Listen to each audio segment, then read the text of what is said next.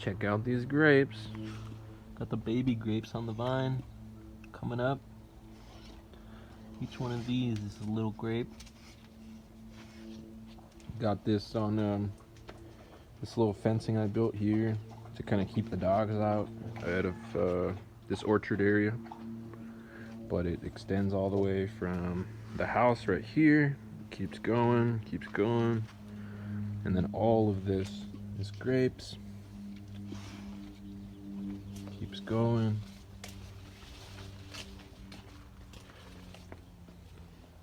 Even over here in the shade, lots of grapes. Keeps going all along that fence, over the dogs' houses, and then we're trying to throw it on now here, onto this fence. And it's a 9-year-old grapevine, 2 of them, and they both are over here. They're trunks. You can see the trunk right here. It's like 6 inches, maybe. Holy crap! Those are some nice roses. But yeah, grapevine's looking good.